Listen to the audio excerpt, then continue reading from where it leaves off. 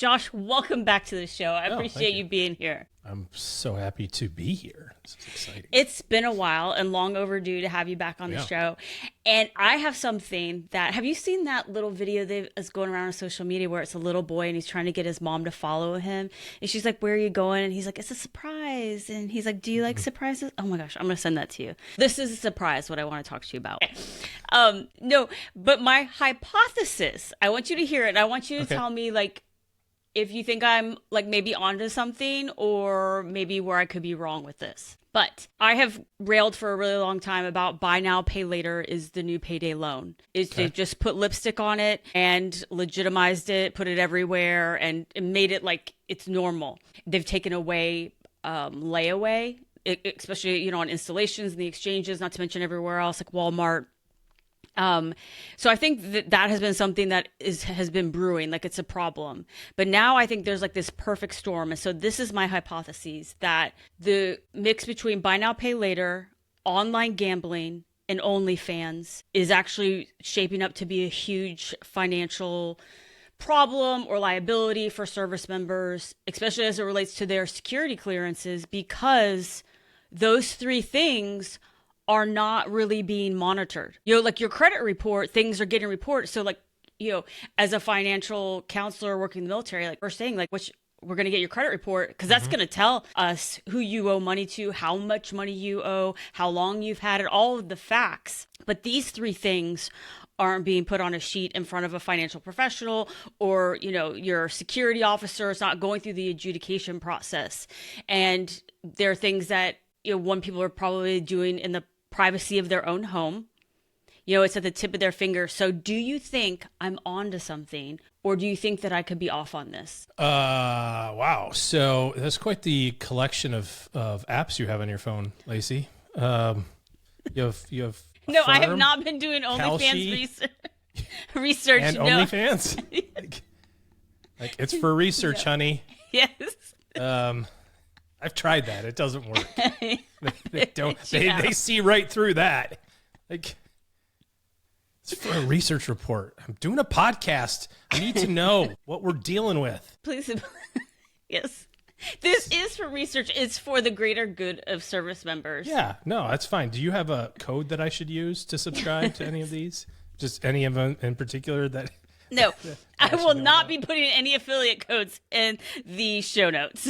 So are you saying that this is my not hypothesis, because I think this is what actually happened, but do you think that so online gambling, are you talking about like DraftKings online gambling? Or are you talking about like prediction market, kind of one and the same, but maybe a little different? I don't know that they're different. I mean, I think it's all gambling, but yeah, I mean, kind of. One's run by the gambling people, one's run by the futures options people. Good point, yes. So are you saying that it was a bad idea for the Delta guys in the helicopter to put $10 on will Maduro be arrested this month as they're like on the helo inbound? And they're like, hey guys, I got a really great way of making money. Yes, there's some insider trading there. Is that wrong? Well, yes, because it's insider trading. But it's like all of these things. Like, yes, people have maybe information, but on the whole, like the sports stuff, I think is more the issue for. Well, so let's kind of do one of these each one of these at a time. So I think let's do sports gambling. So if you're an official or you're a player, that's a really bad idea to be sports gambling. If you're the military service member, ostensibly, as long as you're not, at West Point on the football team or in Navy on the football team or in Air Force on the basketball team or whatever, and you're not betting on your own stuff, right? Like, so let's exclude those guys. Let's just say dudes in the field go, you think I should take the over or the under on the Seahawks game, right? In between, miles humping with their packs. I mean, other than it being stupid, there's no ultimate, you can't, I guess you can kind of go into debt for it. I'm not familiar enough with it. Do you know, can you use your credit card to fund your DraftKings account? I don't know. Can, but even if you could, then to your point, it would show back up again, right? Like if all of a sudden it's like you didn't owe money, maxed out your Visa card, be like, hey there, Lacey, what's going on? We pulled your credit. Like, why is your Visa card maxed out? They're like, well, I got a little squirrely in the parlays at the Super Bowl and I didn't win them, But there seems to be a limit to that. It's not gambling in the sense of like, you owe the mob money, right? Like there's some regulations around it. So I think your point from a security clearance standpoint, other than it being stupid, I'm not in that world, so I don't know. But it seems to me that a little harmless fun as it relates to sports gambling is probably the lower tier of all of these, in my opinion. Okay. I just looked it up. You cannot, like on DraftKings, it says you can no longer use credit cards. Yeah, so, I wouldn't think that you could. I mean, you can go to the casino and put your credit card in the ATM machine, use your PIN, but that also flags a big flag for your credit card people, and they're gonna, pay some pretty close attention to your spending habits pretty quickly at that point. On the OnlyFans thing, to put this on the record, never been. I'm sorry, I want to put that on the record as well. Never been. Would you, if somebody paid, No, I was just kidding. So not Lacey. Yeah, count Lacey out. Count Lacey out. Are you talking about it from a creation standpoint, content creator standpoint, or a subscriber standpoint? Subscriber standpoint. Deployments. Yeah. In the privacy of your barracks. Yes. Being lonely. So your feeling is, and I don't even know how much this is. Your feeling is, hey, I'm spending $10 a month, 50, I don't know what it is, $50 a month, $100 a month to look at whatever I want to look at. I'm glad you didn't throw out ideas, because then that would have gotten off. I mean, what you're into, Lacey, no one can say online. I knew this. That would be a security clearance issue. No, but my point is, like, they're spending the money that maybe they don't have. So, like, going over budget, like, on a game, like, because it's like a big game or something, the Super Bowl, is spending money and then losing it that you don't have, and not able to pay your bills. And then also OnlyFans, not having the budget really to do that. I guess you could throw that in the entertainment category of your budget, but it's still, people are probably overspending. That's my point with buy now, pay later. The whole point. Well, hold on. We'll get to the buy now, pay later in a second. But I'm just saying, like, both of those two, I think, manifested themselves somewhere else, right? So, like, if you overspend on your DraftKings account because they only use cash, so you used your paycheck to bet a bunch on the Super Bowl, now you don't have a paycheck. Now you still have to buy food, though, and gasoline. So that's going to show up on your credit card. That's where it manifests itself, right? Same thing with the subscription services. And honestly, I mean, to play a little devil's advocate, is there a profound difference between having a subscription service to OnlyFans and a subscription to Spotify and also Hulu and also YouTube TV and also Paramount Plus? Because you're on deployment, it gets lonely, and you want to watch Yellowstone a million times? Like, that's also a subscription that's manifesting itself on a credit card somewhere. I know people are listening. We're looking at this from a financial standpoint, not any other, like judgment or how, what we think. But financially, yes, you're right. It is a subscription, but I just have a feeling like people would spend more. Like, if I think that I need to do more in-depth research here to fully understand exactly. I'm going to talk to Mrs. OG, and I'm going to see what she thinks. She's probably not going to sign off on it, but I will report back. Yes, let her know. I will tell her what the truth is. We're trying to get to the bottom of. Yeah. Lacey said I should subscribe to her. Wait, what? And who am I subscribing to? Anyway. Lacey does not have an account. I feel like that you know of. Anyways, so I think those first two, I think you can really put in the category of, you can put them in the category of entertainment, air quotes. Yeah. But if you're thinking about it from a cash flow standpoint, but if you get overextended, it will manifest itself in, your credit cards. On the buy now, pay later thing, I also hate this, by the way, because I think it's actually worse than a credit card, because it feels like it's a better deal. It's like, oh, did you want that coffee table? It's $200. Or why don't you just give us $50 4 times? Kind of the same thing, right? And you go, yeah, it is the same thing, but I only have to come up with $50 right now. So that's awesome. But it behaves the same way to your cash flow as having a fixed loan payment. And everything is great with leverage, and everything is great with loan payments. You go, well, can I get it? I was explaining this to my kid. My oldest is a college freshman, and we were talking about he had a finance class where they bring in people who are in industry to talk about what they do for work. And so the Did idea they bring you is, in? No, they do Missed not want me. opportunity. Well, to be fair, they want alumni of A&M, and I didn't go to A&M. So, not alumni, former students. I'm getting it. They don't have alumni; they have former students. But anyways, this is the class, and so he calls me and says, "Hey, we had a guy did a hedge fund, and today we have a guy that did real estate and whatever." And so the real estate guy was there; he's a developer, and they talked all about leverage and how other people's money and very rich dad, poor dad, Robert Kiyosaki mentality, which has a place, right? Like I think all of us would recognize it would be a lot harder for us to buy our houses if we had to have the cash first, right? Like it would take a long time to do that and a lot of discipline.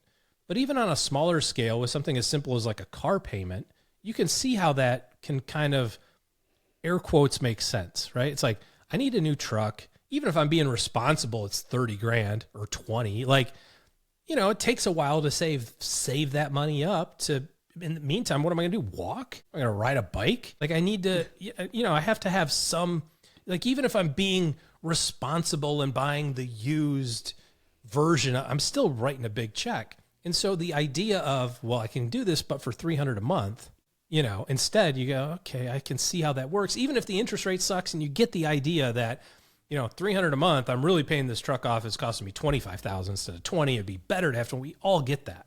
The problem isn't the $300 a month. The problem is the $300 a month, and then also the $1,300 a month on the house payment, and then the $250 a month on the buy now, pay later, and then the $200 a month you still have on your student loans, and then and all of a sudden these little bits of things that independently on their own you look at and go, I can afford that.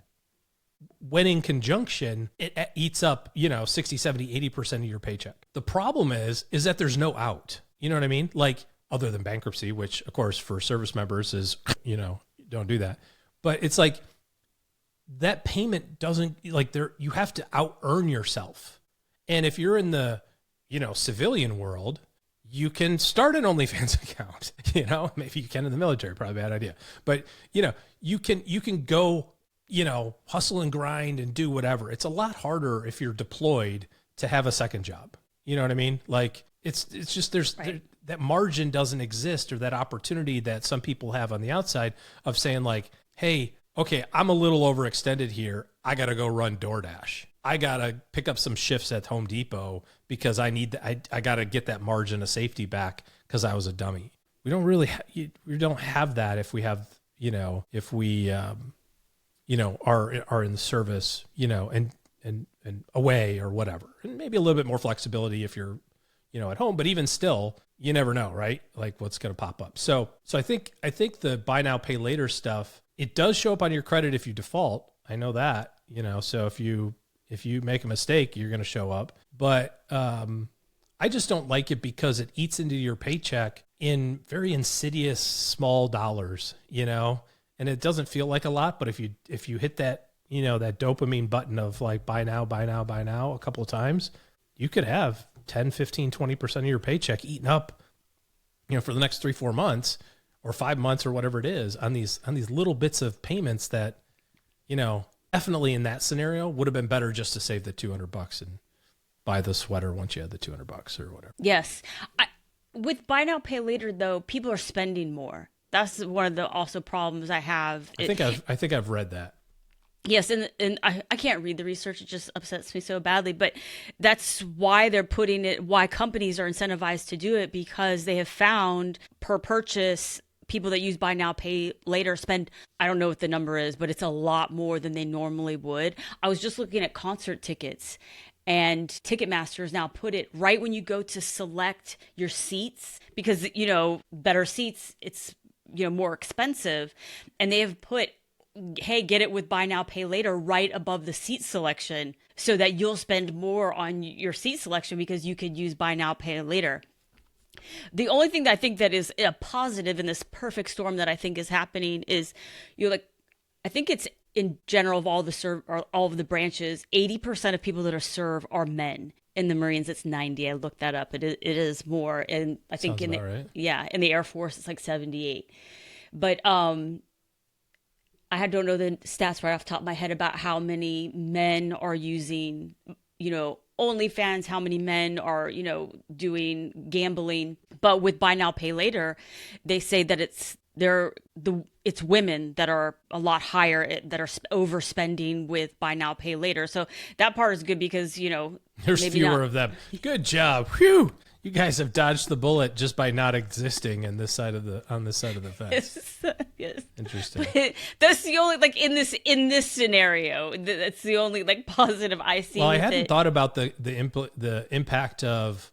I was looking at it from a cash flow standpoint, but yeah, if you are spending more on a particular purchase that you had kind of already budgeted, dollars are dollars, right? Like it doesn't matter where it comes from. Like if you look at if you budget for a year or you budget for a month, like that's the money, And so if you're like, my budget is $100 for this, and this tool subconsciously makes me spend 150, then I don't care how you distributed that 150. It's still 150, right? Yeah. It's like when you go to the store and they say, bottle of Coke is $1, but if you get two of them, you get two for $1.50. Unless you're buying two Cokes, you're out $1.50. It's like, well, no, it's a discount. It's like, no, you spent 50 cents more. You came in there to buy a Coke for $1. You spent $1.50.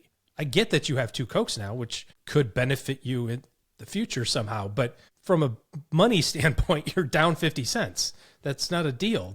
You spent 50% more than you originally thought. I think I am going to have to do a lot more research because, too, the other thing with going back to the gambling is Military Times. I think it was Military Times or military.com. I'll have to remember. But they did an article and announced that the Department of Defense has just allotted a huge sum of money to do research on gambling within the military community. And there was a stat in there. And it brought to you by DraftKings.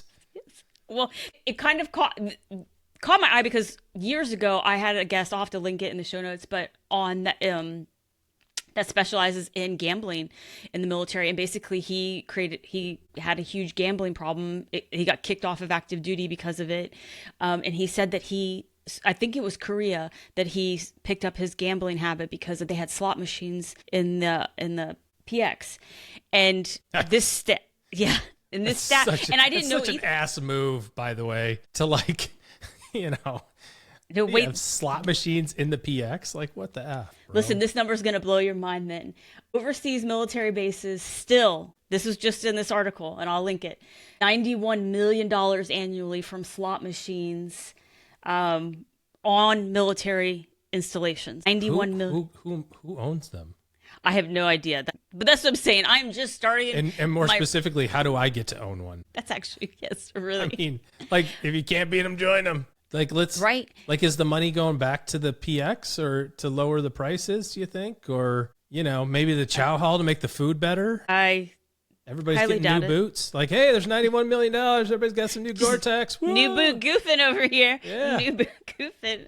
Who wants some camouflage? But this guy was saying that basically, he was away from his family. And so he started gambling more and drinking more, doing all of these things. And that's PX. why I learned. Like, what a right. banger place to hang out. Right. That's it. Yeah. Hey, you guys want to catch the game or get the bar? No, man. I'm gonna go to the PX.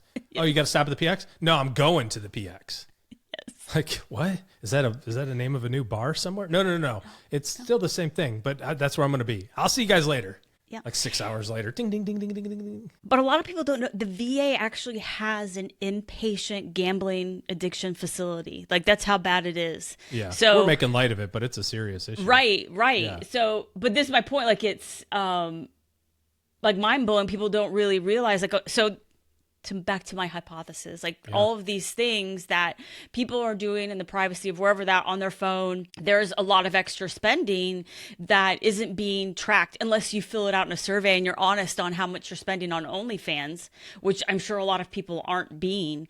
Not to mention, I don't know that they've really researched specifically the military community, what that kind of same thing. You probably going to overspend. Like if there's some type of content that you're really into, and you know if you just give a little bit more money, you could get that. Same thing with buy now, pay later. Like, ooh, like I really want this. I wasn't going to spend it, but this is an option for me. And then gambling, it's like, okay, this is a big game. I could actually win a lot.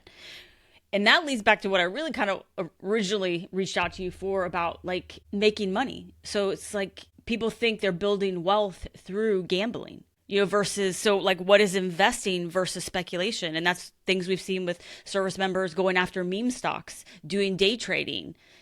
Like, what are your thoughts on that? On meme stocks and day trading? Yeah, or people confusing investing for speculation. Well, I mean, ultimately when you look at it from a psychological standpoint, I'd say that, we need a couple of things. We have to have some like uncertainty in our lives, right? Tony Robbins talks about certainty and uncertainty, and you need both sides of that. You got to have the stability of like place to go to sleep every night. Like some people don't have that, and that sucks, and they really want that. Some people have it, but then most people do. But then you also need the uncertainty of a little chaos in your life, a little fun, a little excitement, right? Yes. And so you have to have a little bit of both of those things. Would the military skew that more of those people value the uncertainty chaos than the average population? Maybe, or at least respond to it. Maybe don't value it, but like that's their life, right? I mean, it's been a long time since I did anything in the military, and it was a lot of just nobody knew what the hell was going on the whole time. Yes. Like 6 years of nobody knowing what the hell is going on. Or the 80% solution, like the military community leans towards that, is like, hey, we got to like have a little bit of understanding here, but basically we have to execute. Yeah. So, so I bet that, that the thrill of the chase, or whatever you want to call it, probably plus 18 to 22-year-old men, yes. Right? I mean, that's all of that, yes. All skews going to skew toward, loving the chaos of it. But the difference between investing and speculation is, ultimately it boils down to risk of loss. What is the outcome for you investing in your TSP and the C fund? The outcome is the money you put in plus or minus a range of returns, right? And the longer that you go out, you might say, hey, put the money in yesterday, it was down. So there's a chance it's kind of roughly 50-50 on any one day in the market. So the market, the stock market, the S&P, your C fund, whatever you want to call it, and whatever proxy you want to use. In a monthly basis, on a daily basis, you got a 50-50 shot. But investing isn't about a daily return, right? It's about like long term. So what kind of returns can you expect over a 5-year period or a 10-year period? Is there a chance over your career? Let's say that you're, a private or a lance corporal today, and your plan is, hey, I'm going to be in the military for 20 years. What's the 20-year likelihood of a loss in your C fund on your day $1 going in? 0. Like 20 years, it always goes up. In 15 years, 99% of all the 15-year periods since the beginning of time that they measured it, it's gone up. 10 years, it's like closer to 90% of the time. No thanks to the 2006 to 2000, little hiccup there. 9 time period. So the outcomes are determined by how long you can last, right? It's like if you put in $1,000 this year and you can last 20 years without touching it, it's going to be more than $1,000. It's virtually guaranteed. It's never going to be 0, right? So when you put your $1,000 in today, tomorrow it could be worth $1,100, or tomorrow it could be worth $900, which, sucks, but it's never going to be 0, right? Because what would that mean if you're investing in the C fund, which is the biggest companies in the country? It would mean that all of the companies in all of the United States all went bankrupt all on the same day. I would argue if that happens, I'm glad that you're in the military, because you've got the number one thing that we need, which is bullets. Right. You're behind a fence or a gate. There's a lot of friggin' chaos going on. The last thing you care about is your $1,000, right? Okay. So what's the likelihood of your $1,000 TSP investment going to 0 tomorrow? 0. That's not going to happen. It might go to 900 tomorrow. It might go to 1,100 tomorrow. But it's not going to 0. What's the likelihood of your $1,000 DraftKings bet or your Kalshi is Maduro going to get arrested before January 30th that we talked about at the beginning? What is your prediction markets? What is your chance that, the national anthem and the Super Bowl is going to be greater or less than 1 minute, 19 seconds, right? Like that's a bet you can make, right? What are the outcomes? What are the outcomes that you can have? The outcomes are binary. You will win or you will lose. There's two options. There is no, well, maybe I'll win a little. Maybe I'll lose a little. Nope. If you bet on the football game tomorrow, you bet on the basketball game this afternoon, the option is I will win or I will lose. So that's how I would determine the differences between investing and speculation. If your choices are win or lose, like money or zero, that's a speculation. If your options are, I might make a little, I might lose a little, but over time I make money, and the likelihood of making money increases with time, then that's an investment. Take a real estate property, right? If you go buy a rental property in your community tomorrow, is there a chance that a month from now it's worth less? Yep, sure is. Is there a chance that tomorrow it's worth zero? Probably not, right? Like what would have to happen to have that property worth zero? Well, you'd say, well, what if it burns to the ground in wildfire? Well, the land is still valuable and you have insurance to rebuild the property, right? So like your chance of zero is zero on that, because you're going to be protected because you have a mortgage or whatever the case would be. Are you going to make money tomorrow on the real estate property? Probably not. Now you could, right? Like if you bought the house and a week later somebody knocks on your door and goes, hey, we just found oil in your lot. Hey, this thing's worth $1 million now. Could you say, like, okay. That's being lucky, but it's an investment, right? Normally you buy the house and over 10 or 15 or 20 years, you'd expect that it would go up in value and you would be able to sell it for something in the future. The likelihood in 20 years that your house is worth zero is pretty low, right? That's an investment. How about a car? Is a car an investment? I don't think it's a speculation. Yeah, but you could sell it or, get insurance money. Sure, but if you buy a car for $50,000 today, what's the likelihood in 10 years from now it's worth $50,000 or more? Zero. Pretty low, right? Yeah. Yes. I mean, it could be. You could have a collector. You don't know, right? Like you're like, well, I got a Ferrari and it's worth, okay, fine. It's probably not going to be worth zero, but it's trending towards zero. That a car is not an investment. A car is more of an expense, and kind of crappy one at that. How about spending money for you to finish your college degree? I think that's an investment. Yeah, right? Because, now are you going to be able to say, hey, I got exactly the ROI? Like I spent $50,000 to go to college, is that like, did I make 50,000 more to pay that off, so to speak? I think maybe you can kind of track that over a lifetime, but you would say, generally speaking, somebody that has a college degree or somebody that has a master's degree versus a bachelor's, generally speaking, the trajectory of their earnings is going to be at a different slope than somebody that doesn't, right? Yes. Yeah, you're not going to get zero return out of your in all likelihood out of your degree, if you're somewhat smart about it. So, I think you can look at these things, option contracts. Oh my goodness, back to the investing side of things. That's all over Reddit and Wall Street Bets and all that fun stuff. Option contracts, binary outcome, make money or zero.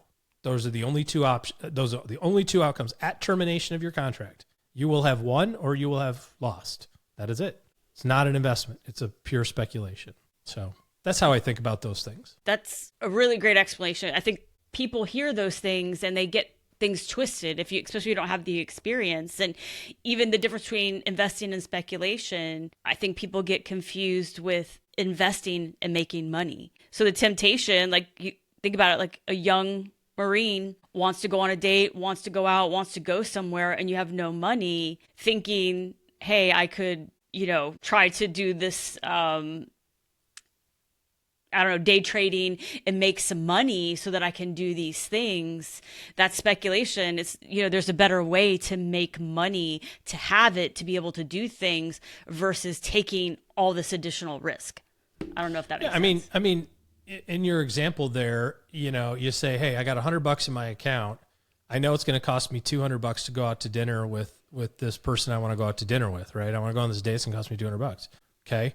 So if you day trade it or gamble it or, whatever, what are the options that you have in that 1 day period? It's Thursday and you got the dates on Friday, right? You don't get paid till Monday. It's like, what's the binary choice? I will have either one in the next day, and therefore I can go spend the $200 and go on the date, or I will have $0 and I don't get any date.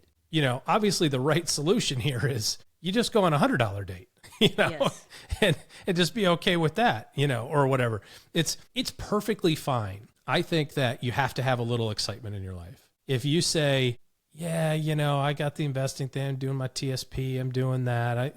Can I have a little fun with? Yes, absolutely. You should. You should have fun with it. But just understand it is what it is. In our firm, we have clients that'll say, hey, can I have some fun money? Right? That's their code for, I just want to blow it without you yelling at me about it. It's monitoring it. It's totally fine. But here's my rule when it comes to fun money. Number one, if you happen to be right, so you do the $1,000 option trade and it turns into 20 grand, you did it. You win. Okay. You're not a rocket scientist. You are not Warren Buffett. You have to own that. Like, you got lucky. That's the guy at the PX that put the money in and hit the slot machine. Yeah. Like, it happens.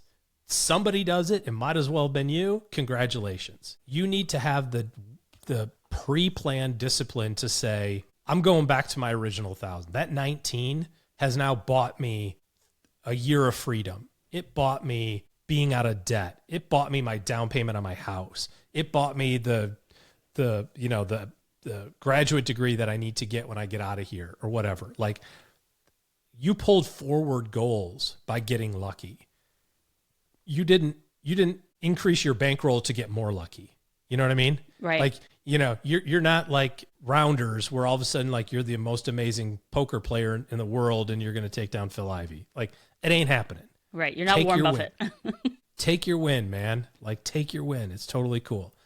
If your $1,000 goes to zero, guess what? You prove to yourself that that's not what you do. You have done me right. You have run an experiment, which is totally fine. I hope you had a hell of a time. I mean, listen, you go to the casino with $1,000. Right. We're having some fun, right? Like, right.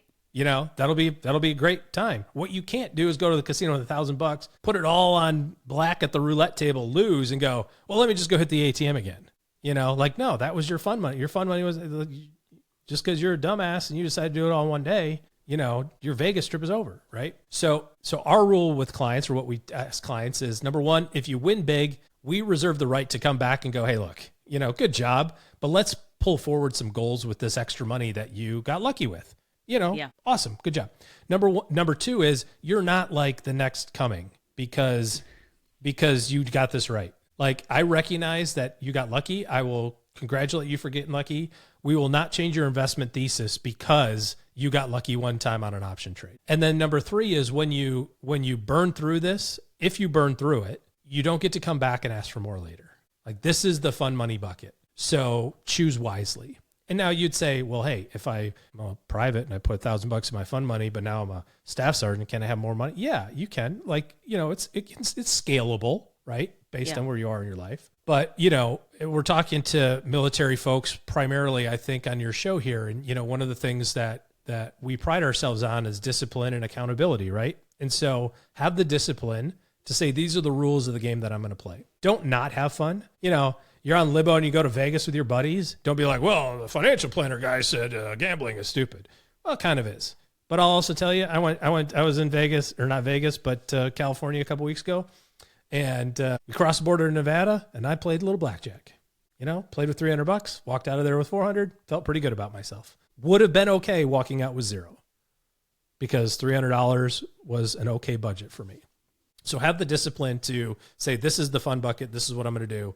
No different than if you were going to go jet skiing or rent a lake house or something. If your budget's $1,000 for the lake house for the week, you don't spend $5,000. You don't go for the $5,000 place. Because why? Because that ain't in your budget. You can't go to the $5,000 place, spend the $1,000 the first night, and then tell the guy, hey, could I pay you $50 every month for the next 10 months to pay all this off? No, that wasn't in your budget, man. Like, you're in the $1,000 budget world or the $100 budget world. Be okay with that. So have the discipline to be accountable to yourself. And, you know, in some respects, you're accountable to other people. It sounds a little bit too, preachy to be like, you're accountable to your other sailors and Marines, you know, because a force in readiness, if you're not disciplined with your money, then, but it's kind of true. You know, I've got kids that are in college and high school, and my high school kid is going back and forth between the baseball team and the track team, and he really likes track and he's doing well at it, but he liked baseball too. And he said, I'm going to just do track. And I said, I totally support that 100%. He said, but I want to be affiliated with the baseball team too. I just don't want to, like, I'm going to manage it, like be like student manager.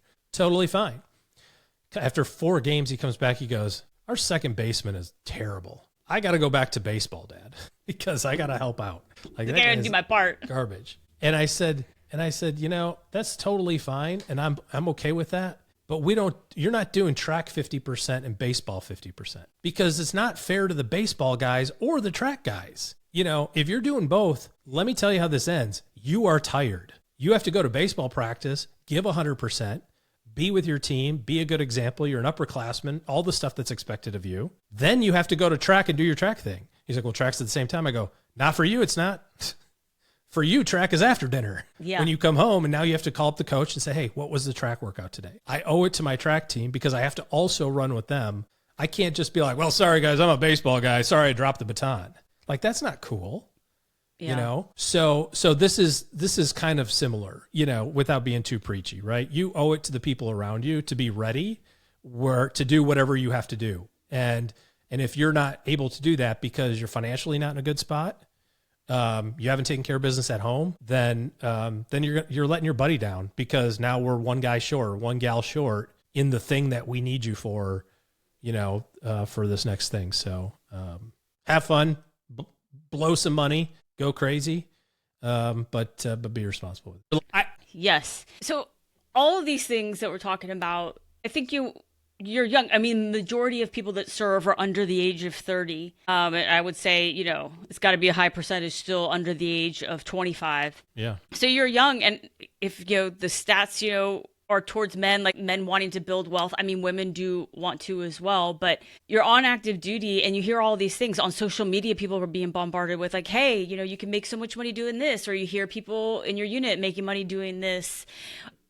What's your advice for, I mean, yourself, like as a young Marine, you have, you know, boys yourself, children, like what is your advice to them to balance wanting to build wealth and have money to do things in life versus like taking on too much risk and putting themselves in a bad way or wasting money on things that are just stupid? Well, you know, that's kind of really a lot of stuff, but I think that you have to set up a few things that make it easier for you to be successful.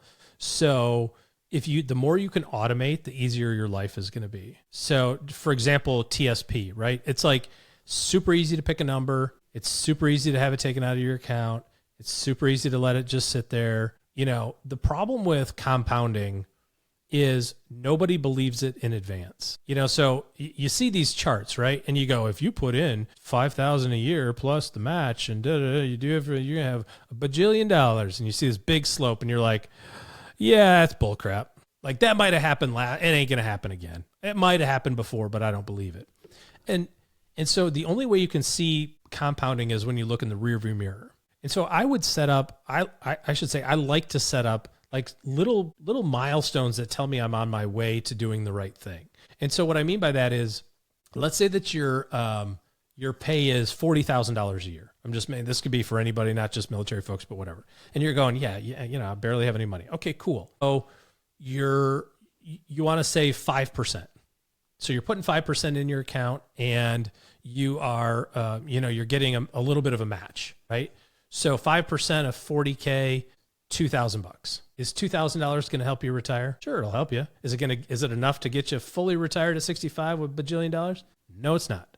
Does $2,000 get you really excited when you look at your statement at the end of the year and it's like, hey, I put $2,000 in and it's worth $2,119. Woo. I mean, that's not really that exciting either. And so I would like to put some different milestones along the way. So for example, I want to say, when does my money make as much money as, let's say, the match is? So let's say I get a 3% match in my 401k, 3% of $40,000 is $1,200. So I put in 2,000, they put in 1,200. So I got $3,200. And that $3,200 is going to grow at 10%. So I make $320, right?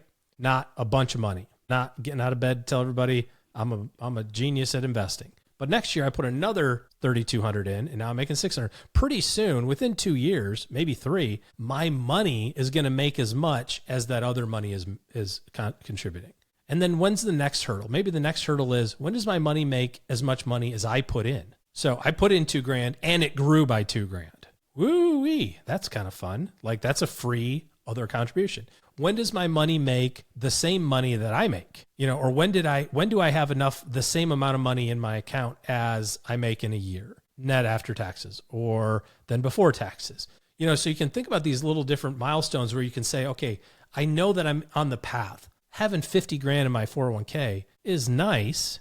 It's not anywhere near enough to retire. And it's super hard to stay motivated when you're like, oh my gosh, like I have 25 years of work left to do. And all I have to do is just do all of what I did 25 more times over and over and over again. And it doesn't feel like making any progress. But there's going to come a day, and you can ask the people ahead of you on this journey. There's a day where they go, dang, I'm making $40,000. Last year, my 401k went up by $40,000. Like, that's a cool day. That's a fun little milestone. Or when my money makes more money than I make, or, my money makes more money than I contributed. Like, all these different little milestones that you can put in a way to help you stay motivated. I wouldn't measure into the future. I wouldn't do the chart of like, I'm 22 and by 62, I'll have $1 gazillion, because it's immaterial. I like little milestones, like I mentioned. And like I said before, I think automating as much as possible is really the biggest thing. When you're in the service, you have predicted pay increases. So I'm going to get this pay raise at this time. I got this promotion. Here's the pay scale. Like, it's not a surprise to you, like when you're going to get pay raises and the surprise maybe when you get promoted. But, it's when you do, what you're going to get paid. Take the extra that you make and then decide how much of that you're going to put to your life and have fun or improve your life or whatever you're going to do, and how much you're going to save. So maybe you say, every time I get a pay raise, I'm going to take 50% of the pay raise and add it to my lifestyle, and 50% of my pay raise and add it to my savings. So you get, you go from, whatever to whatever. It's like, boom, I made an extra $150 this month. 75 goes to savings, 75 goes to me. So you're always getting a little bit of reward for doing your job and being successful, but then you're also being a little smart with it as well. All right. I got one last question, and this is just curious about, what are your thoughts on higher ranking or maybe more experienced service members giving financial advice to other service members? Because there's leadership in the military. So, if you're a commanding officer or somebody higher ranking than you and your unit, is really good, and they've been putting money in their savings plan, IRAs, investing, same for their child's education, and they're giving you a little 2 cents on how to do that. What is that? Do you consider that good? Or like, what's the boundary on like taking advice from somebody that's not necessarily a financial professional? Because I think there's people try to do, especially in your leadership, is trying to do good, wants you to be successful, because that helps them, helps the mission. Like, if you have your finances squared away. But then there's like this, if you like, oh yeah, like I had a bunch of debt, I just got it written off, or whatever the advice is that could potentially harm somebody or them not have the full story. Well, I think just with anything, you've got to be careful of the source, obviously. And, I was just on a conversation earlier today with somebody. It just kind of came out. I entered a bike race in Colorado this summer. So I'm training for this bike race. Lacey, you're smiling like you haven't done anything physical in 20 years. I was just thinking altitude. I know you're in Texas. Yeah. That's what this guy said too. I could hear the laughter in his voice too. But when I mentioned the race, he was like, oh, I did it 3 times. And oh, by the way, I'm like this, like I do 100-mile races every month, and like, here's some ideas. Like, it would be foolish for me not to listen to his opinion about this, right? Like, yeah. I mean, unless he's completely full of crap and doesn't do 100-mile races, and but that's kind of a weird thing to lie about, You might want to see the medals. Yeah, I'm gonna trust him at this point. Yeah. It was pretty innocuous advice, but so you got to be careful of the source and recognize like what's their perspective coming in. if I was going to go do a bunch of real estate deals, it would be kind of dumb for me to talk to my dentist. You know, like even if they were like a big time real estate guy, like you're a dentist, bro, like chill. You know, it would be a great idea to go talk to my friend who's a realtor or talk to my neighbor who I know invests in real estate. That's his job. You know, like he would be a good sounding board, not necessarily always taking the exact advice from, but you know what I mean? So you got to be careful. Here's a military example. Do you want to take shooting advice from a pizza box? Probably not, right? Yeah. Like, bro, you barely passed. I'm going to go to the expert, 10th award guy to dial in my rifle shooting, right? Like, do I want to take parachuting advice from the scuba diver? Probably not. Like, no offense. You've got a scuba bubble. I want the guy with jump wings. Like, you can see the specialization and why this matters, right? So, so I think you're right. I think generally speaking, everybody wants to help everybody anyway, right? Even if the advice is wrong or it's bad, it's still coming from a position of like, I'm trying to help you, or this is what was successful for me. I think it would be totally fair, although this is me as a damn near 50-year-old saying this, not an 18-year-old trying to have an 18-year-old tell this to a 39-year-old captain or colonel or something. I think it would be totally fair to say like, well, what's your experience been so far in this? Like let's say that you're sitting around and you're having a conversation about buying a real estate property and Staff Sergeant Johnson's like, this is how you should do real estate. Da, da, da, da, da. You're like, all right, Roger that, Staff Sergeant. Like what kind of properties you guys have? What have you been doing? And if he's like, well, I just read a book and it's like, okay, cool. Thanks. I'll check the book out. Right. Like at that moment to kind of go, all right, cool. But if he's like, well, you see all those buildings out on the horizon? Them's all mine. You're like, oh, all right. Now we're cooking with gas. Like I need to know, maybe I need to talk to this dude because I can see some demonstration of at least outward success, right? Like I can see how this might be successful. It's a lot harder with stock investing and stuff because I doubt Colonel Johnson's going to whip out his brokerage account and be like, see, look how much money I got. I told you I'm all right, or my TSP. But you got to be careful with where the source is. But I think it's perfectly fine to take info. Look, AI is a great resource. It just ChatGPT and Claude and to a lesser extent Grok, I suppose at this point, but there's bunches of others. Like it's a thinking tool. Right. You know what I mean? Like I wouldn't use AI as a tool to make decisions for me. I would use it as a consigliere, right? Yeah. Like, so you tell it, hey chat, here's the role I want you to play. You're a certified financial planner. You specialize in working with corporals in the Marine Corps.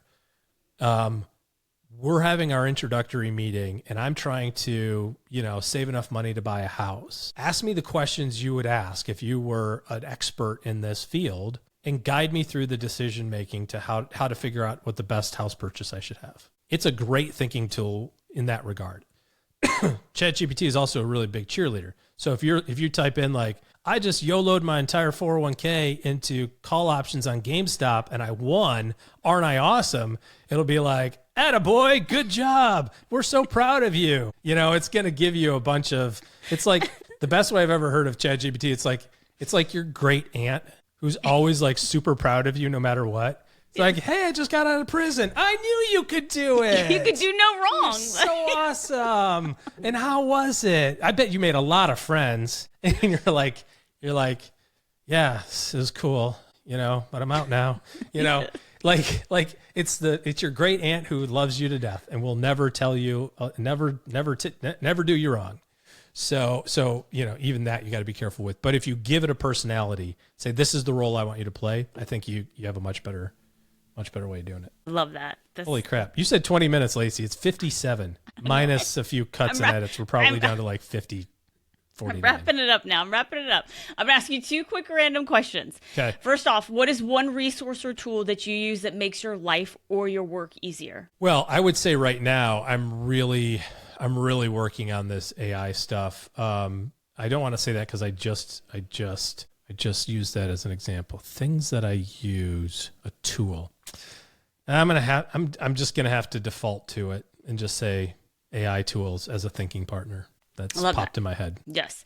What's your favorite book right now or your favorite book of all time? I just gave my kid The War of Art to read, and on my desk up there somewhere is Essentialism, which is probably top 5. If you're looking for something a little bit more meaty in a sense, probably Man's Search for Meaning is also of like, ugh, you know, between that, War of Art, and Essentialism, I think you probably got a well-rounded education in what's important. Okay. I will be sure to put links to all those in the show notes. Now it is time for my favorite part of the podcast, which is game time. And we're going to be playing a quick game today.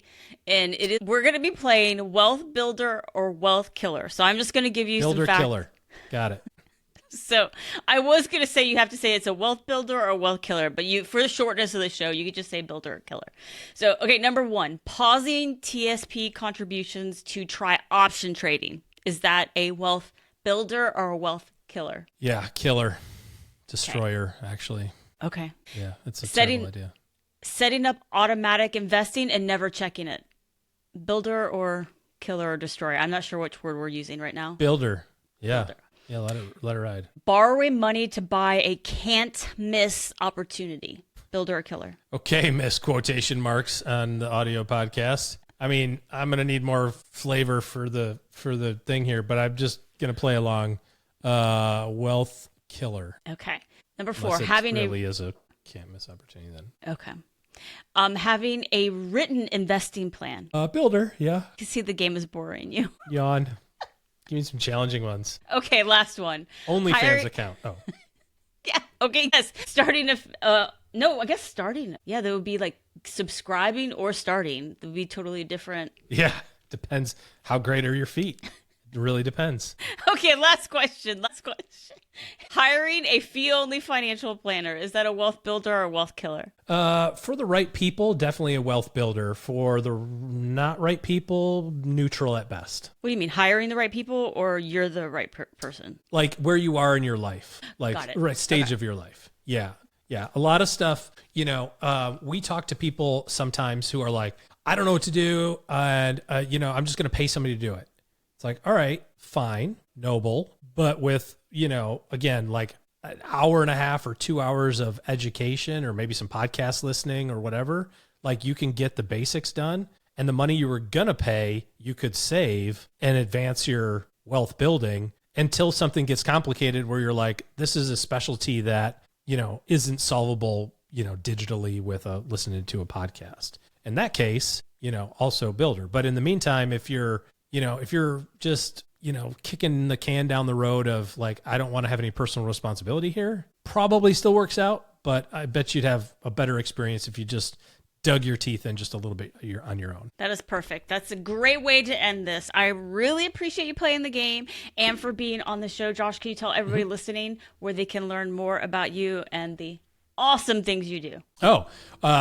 You can hear me generally three, sometimes twice a week, mostly twice a week, sometimes once. It really depends. We've done a buttload of these shows on stackingbenjamins.com. That's primarily where you can find us, and all the socials that point to Stacking Benjamins and, all the stuff there. So smash that like button and the follow. Hit the bell so you're notified every time we go live. We do a live show every single Monday, so that's fun on YouTube. YouTube, just search Stacking Benjamins. You can see our live show, and then we have 3 weeks, so Monday, Wednesday, Friday on your podcast feed. Well, I will be sure to put links to all that in the show notes for everybody so they do not have to search. They'll be able to just find you. So thank you again, Josh. I really appreciate it. See ya.